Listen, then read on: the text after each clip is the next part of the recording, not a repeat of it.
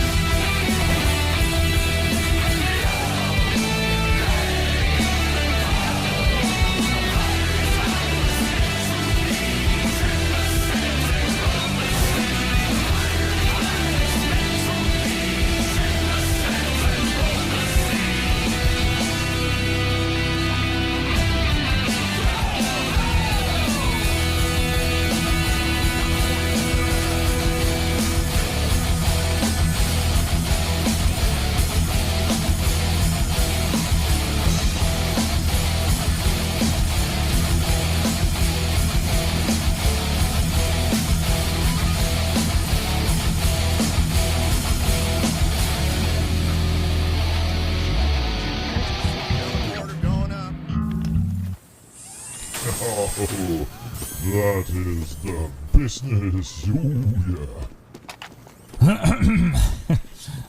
Hard to keep volumes and balances mixed up all together, but I didn't realize, Kasrain, that it was a metal remix. It's a great one too. Audio it's going straight to the favorites folder, I tell you that. Perhaps I ought to put separate subfolders into metal and non-metal godlike songs, and this one goes in